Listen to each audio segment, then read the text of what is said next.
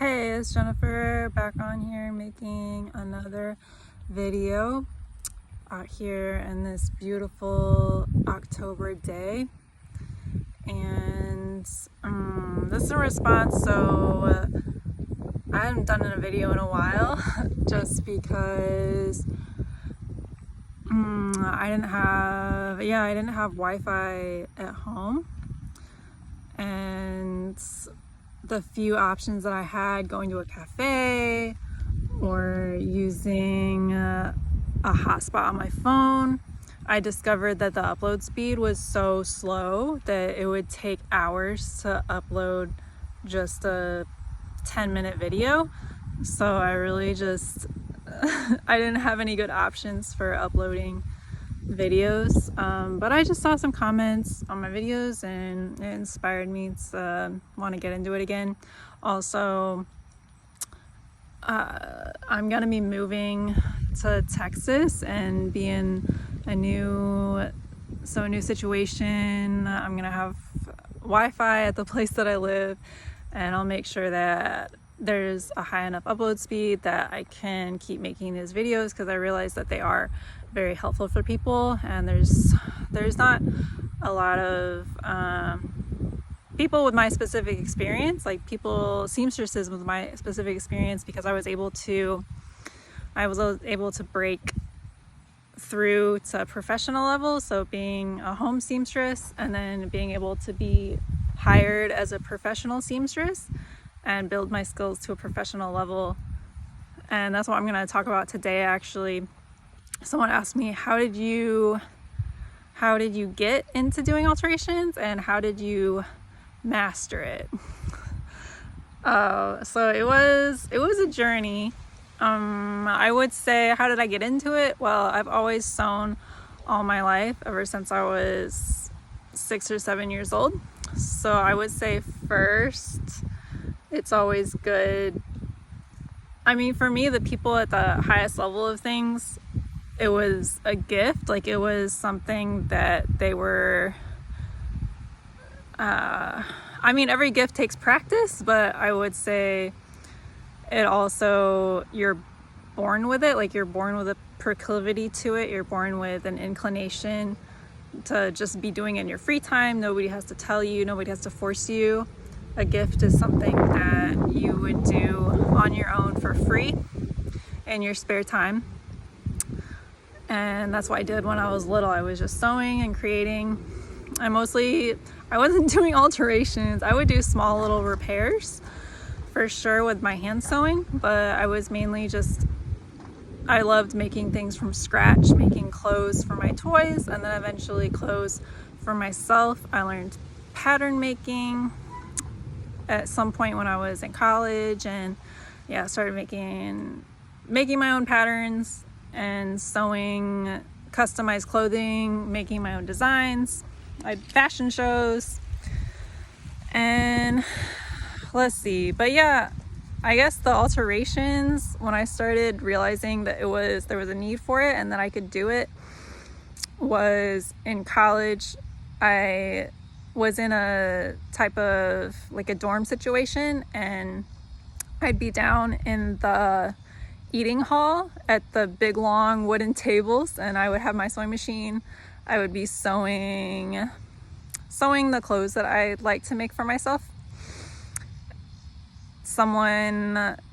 People just came up to me and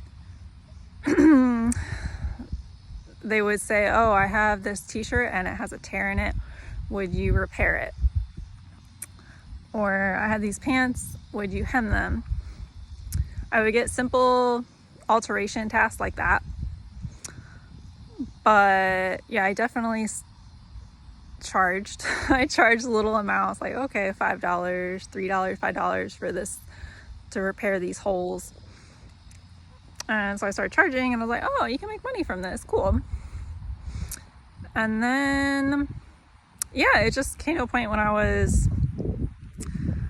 I wanted to do it as a type of job, because I was in biology. I got a biology degree, and I was doing different different jobs in biology. I wanted to do environmental. I mean, I love the outdoors. Yeah, being outside like I am right now today makes me very happy. So I wanted to do some kind of job associated with that in the outdoors. So I got a biology degree and I was pursuing different jobs in the environmental field, but I just found that I like being outside, but I'm not passionate about the science of it or really learning about the environmentalism. I'm more passionate about just enjoying it passively and enjoying it casually, not as a job. And so that ended up not working out. I was working at a job at FedEx, like just to pay the bills. And then I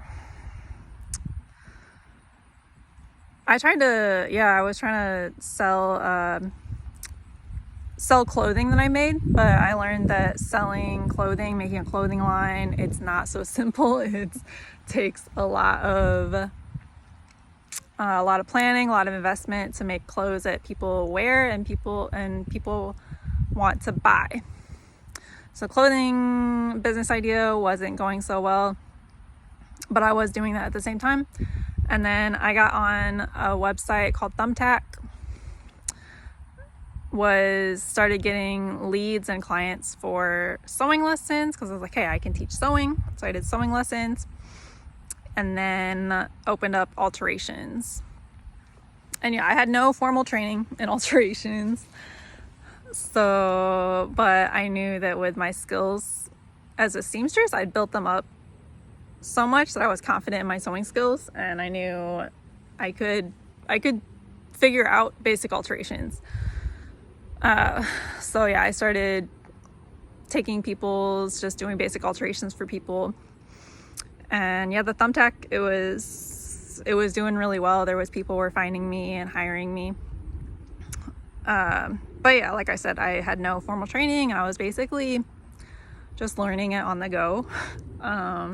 If you get out and actually try to find people that teach alterations, it's what do I say? It's like a desert. Like it's very difficult to find. They're a needle in a haystack. So finding someone that actually teaches alterations. So I was like, okay, I'm just doing this on my own. I'm just gonna figure it out on my own. At some point I remember at some point in those couple years, I tried to get hired by an alteration shop.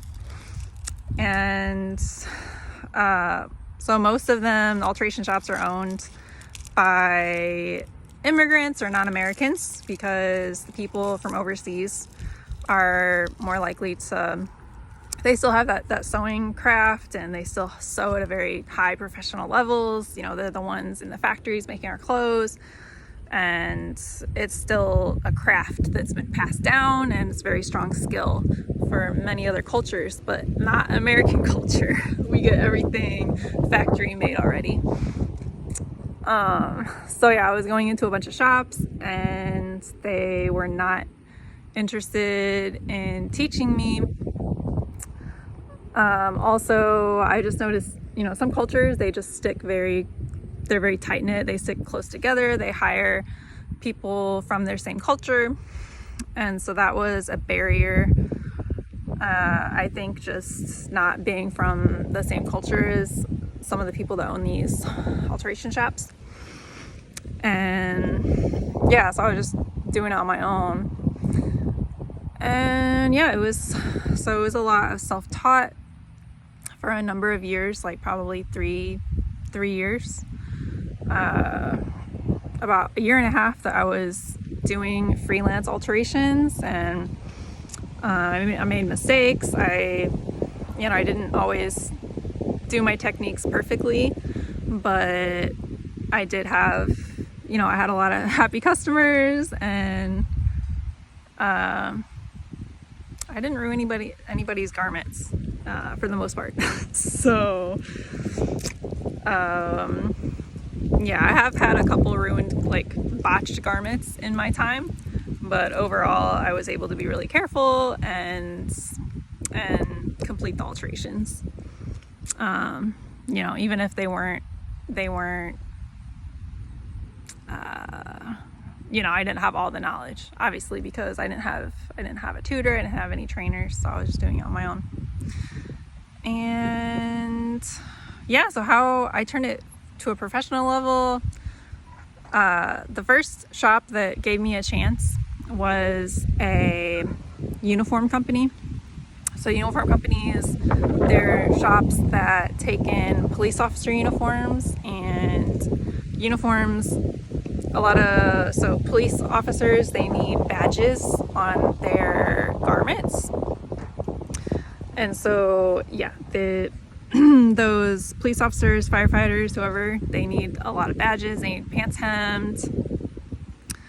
And so there's a lot of work to be done. And so when I was in Texas, I found an alteration company that did that, and so they hired me. I'd never used a industrial sewing machine before, like the special machinery that they had. I'd never used them, but I was able to demonstrate that I was skilled in sewing, and so they hired me. And so that's where I learned to do basic alterations at a more professional level. And then I was able to work with other seamstresses, Hispanic seamstresses. So yeah, there's a lot of Hispanic seamstresses in Texas, and they're very good at what they do, and they taught me and showed me their skills, shared their knowledge with me. And then also but yeah, that was pretty basic alterations. But then going from that to even higher level, which I was able to eventually get a job in a department store doing alterations on, so higher level alterations on evening gowns, and the alterations on evening gowns, and what else? Men's suits, that's a higher level of alterations for sure, and that's something that always intimidated me. But I did learn how to do that. And I would say, yeah, the story kind of behind how I got that job, I took in someone's suit as a freelance project, and I did the sleeves. I didn't know how to do suit sleeves, but I did them. They were incorrect, but I did shorten them. He also wanted me to change the seams around the back, like the back side seams.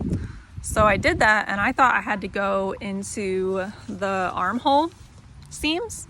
And so when I tried doing that, I discovered that I couldn't properly sew it back together again, and it was looking terrible. No matter how I tried, I just couldn't sew it smoothly back again. And so I was like, oh my gosh, I'm just ruined this guy's suit. And so yeah, I right after that, I called I had the suit, and I was like, how am I gonna fix this? I called a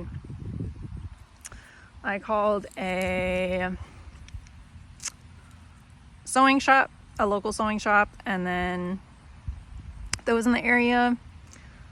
And I know they do private lessons and group lessons, but it's not a really professional level. They're working with a lot of home seamstresses. And so I called them, and I was like, hey, do you know anyone that can help me with this alteration? I'm having a lot of trouble with it. It's alteration on a suit. Do you know anyone that does that? And they said, oh yeah, we know this lady. Here's her number, call her. So I called her, and it turns out she lived in the same little town in the St. Louis area, St. Louis, Missouri, that I lived in. And not only that, she was only like about 3 minutes drive away. I could get in my car and drive like 3 minutes and I'd be there. And she taught people. So I called her, and yeah, that same night I went over to her house. Found out that she was an experienced alterationist and she gave private lessons. She was an older woman. She owned alteration shops, and she taught people that opened alteration shops. And so it was like a blessing from God. Like, it was literally God sent. So I started doing private lessons with her, and I would say that was it boosted my confidence a lot, because she was very knowledgeable, and she encouraged me a lot. Like, she saw that I had talent. And yeah, she'd done it on a professional level her whole life for years and years, and she was teaching it. So I would say that was a huge step in becoming better and becoming comfortable with alterations. Because yeah, you can learn alterations to a certain level on your own, but at a certain point there's a level that you just can't guess. You need those hacks, you need those shortcuts, and you need people that have already made the mistakes, and people that have been in the industry, that have learned it all and have the experience. Because yeah, some things you just can't figure out on your own. Try looking up like suit alterations, how to do certain suit alterations online, and it's crickets. Like, there's nothing, like hardly anything. So yeah, finding a tutor, that was amazing. I wish there was more alteration tutors out there. If you go to the shops, the people that know the alterations, they're working in their shops. They're busy with their business. They're busy with their workload and just trying to run their business full time. And they feel like they don't have the time to teach anyone. So it's hard to I mean, I'm not saying don't try, but I'm saying it is hard to find people that have alteration shops that know how to do alterations that will teach you. And hopefully that's something I can change one day. I want to teach alterations to anyone that has the basic skills and would like to learn alterations, because I do see that there's a need for it. It's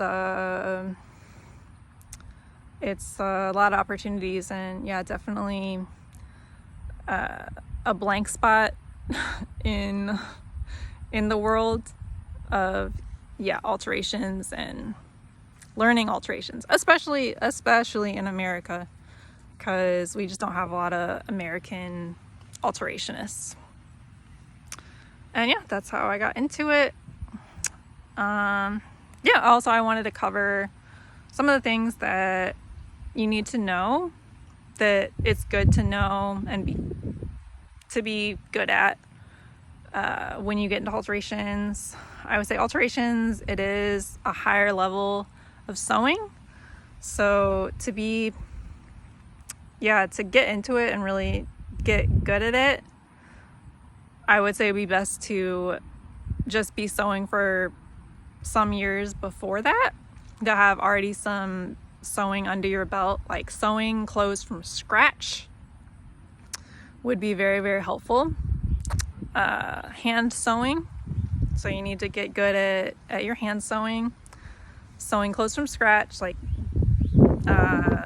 get some patterns, like do at least 10 garments sewn from scratch using patterns you find online on Etsy. They sell it at Michael's, whatever stores sell the patterns, and do some pattern projects. Have a really good grasp on your hand sewing, your machine sewing things from scratch. And then I would get some garments, like you can get some garments from Goodwill or from some very trusting friends and family, because it's basically you're learning how to take a garment apart and then put it back together at different points of it. Maybe not completely, but just different points of it. You need to take it apart and then put it back together. You have to be good with all different kinds of fabric. Like, for instance, here I have a stretchy fabric. You could be asked to alter that. My pants, I have this linen. It's a non-stretch fabric. You need to know how to work with that. So how to work with different types of fabrics. You need some level of being artistic, like artsy, artistically inclined. Decent sewing skills, because you're going to be sewing sewing lines for seams, and some of those have curves. So you need to be good at drawing like a nice smooth curve, straight lines, measuring. You for sure need to have your measuring skills like solid. So if I say I need to take this in 5/8, I need to take this in 1/2 inch. Just a strong like visual, like if you're visually, I don't know how to describe it, but yeah, artsy, just in general, artsy, craftsy people do better at sewing. And yeah, you need to be precise, be detail oriented, and yeah, an eye for detail, an eye for like the fitting. I mean, you definitely you can be taught some of this and improve it, especially like the fitting part, seeing how a garment lays on a client. That is something that takes practice and you have to get better at. Like when you look at a dress on someone, you're like, okay, it's laying this way on their body, and I need to do this alteration to make it fit properly. That's something that I didn't know very much about, and you just have to develop like an eye for it. Yeah, I say I covered a lot. Hopefully this video was helpful, and let me know if you have any questions in the comments. If you're trying to learn alterations, like how are you learning them? Are you learning them on your own? Have you ever tried to get hired by alteration shop? Have you been hired by alteration shop? How has that been?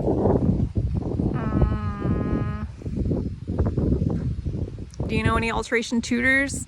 Did you actually find an alteration tutor in the US? Yeah, so hopefully I'll be uploading more videos in the future. Thank you for watching, and I'll see you. Bye.